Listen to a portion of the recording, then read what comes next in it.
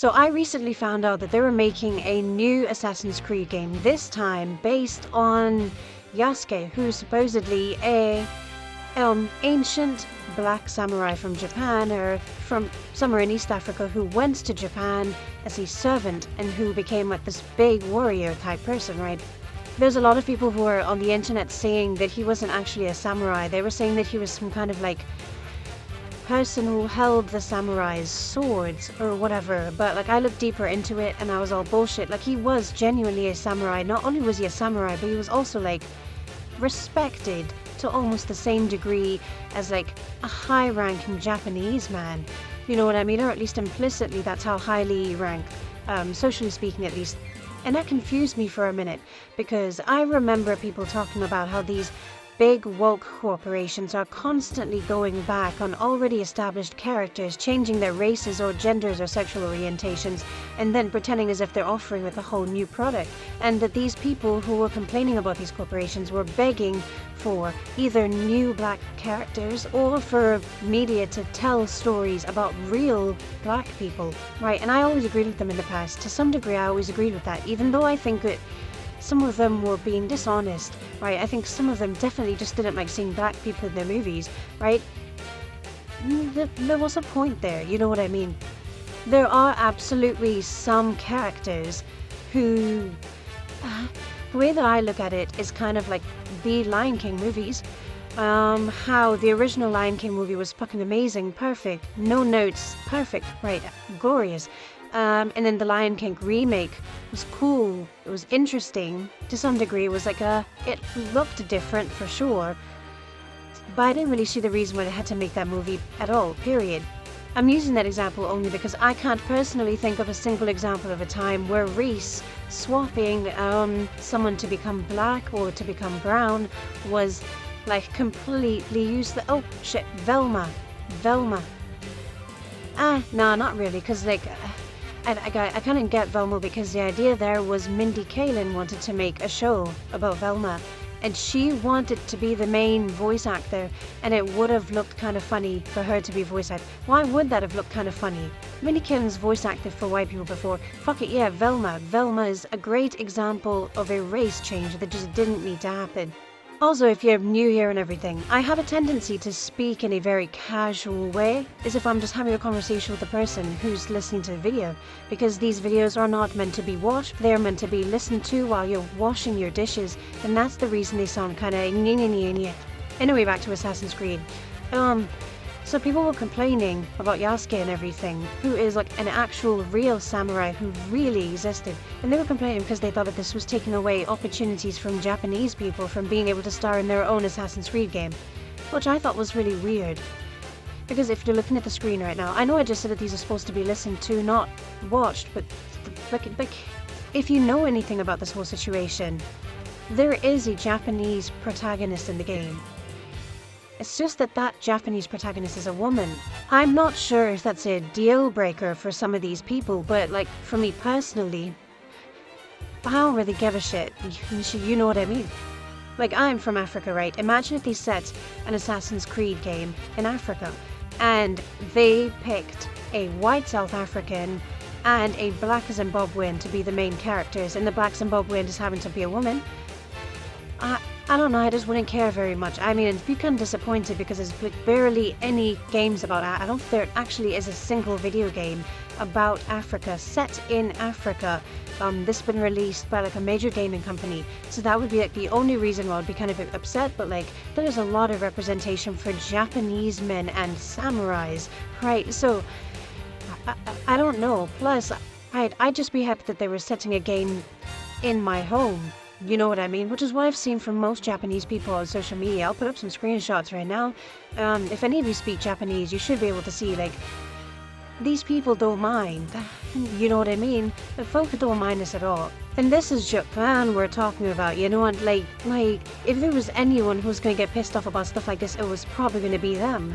So it just got me thinking, like, hey, if you don't want people to change your characters into black characters, and you don't want to go out to watch new movies about black people because all of those are woke, and you don't want to play games, for example, where real historical black figures are being portrayed. Maybe you just don't like black people in the media.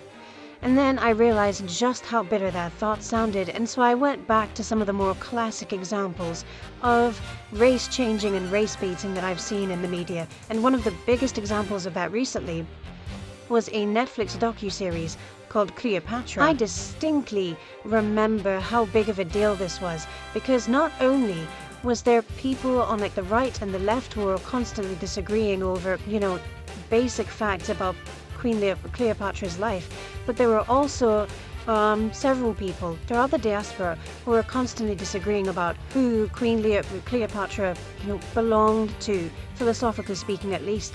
The Egyptians had their claim, the Greeks had their claim, indigenous Africans had their claim, African Americans had their claim. Afro-Europeans talked pretty loud around that time too. It was fucking crazy, but then I had never really sat down to watch it to find out what went wrong, because I don't really care about Queen Cleopatra at all.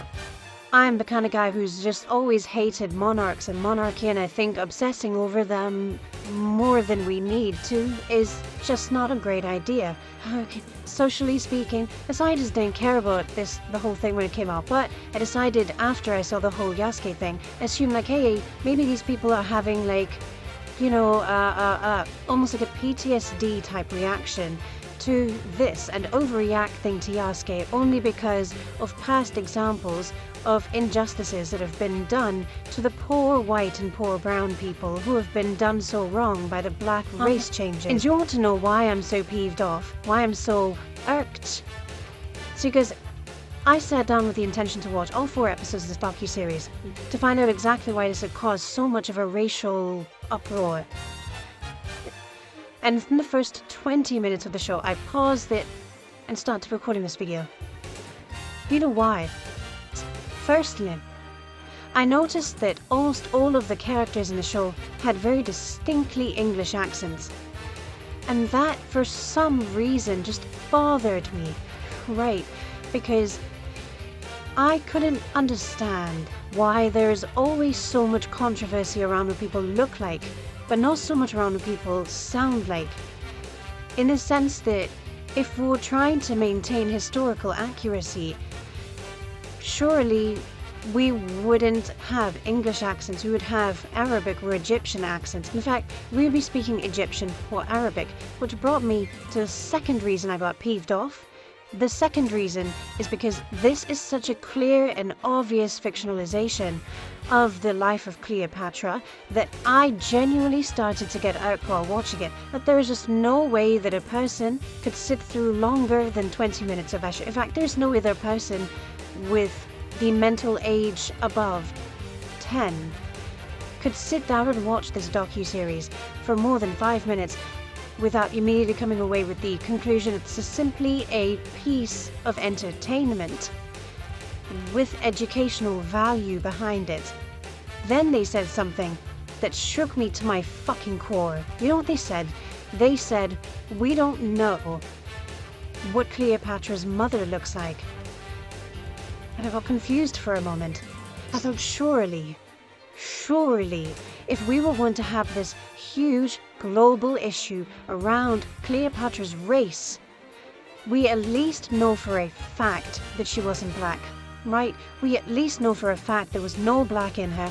It was just white guys and Arabs, all right? I thought we knew that for a fact. Come to find out, not only do we not know anything about her mother, we know nothing about her grandmother. And we had all this controversy. We don't even know. Am I saying that Cleopatra was a black woman, dark-skinned to the core like Mama Africa? No, I don't think that was the case. I think she was probably brown-skinned, right? My problem here is we took someone who's racially ambiguous, as in we don't know exactly what race she was, created a fictionalized story about her, and then the entire world lost their mind because that fictionalized story involved the black character. Imagine if we did the same thing with a white person. Actually, here is an image of every single Cleopatra movie that I can find. You tell me how many of those women are Egyptian and Greek. I genuinely want to know, when do we get to a point where black people are genuinely allowed to say, hey, I don't think that white people like seeing us on TV, and that's just the state of affairs. Like, companies have been able to say that for decades. Why is it that black people can't? I can't wrap my head around it. You know what I mean? Anywho, if your phone is on like autoplay or whatever, I hope the next video is fucking fantastic. Have a great day.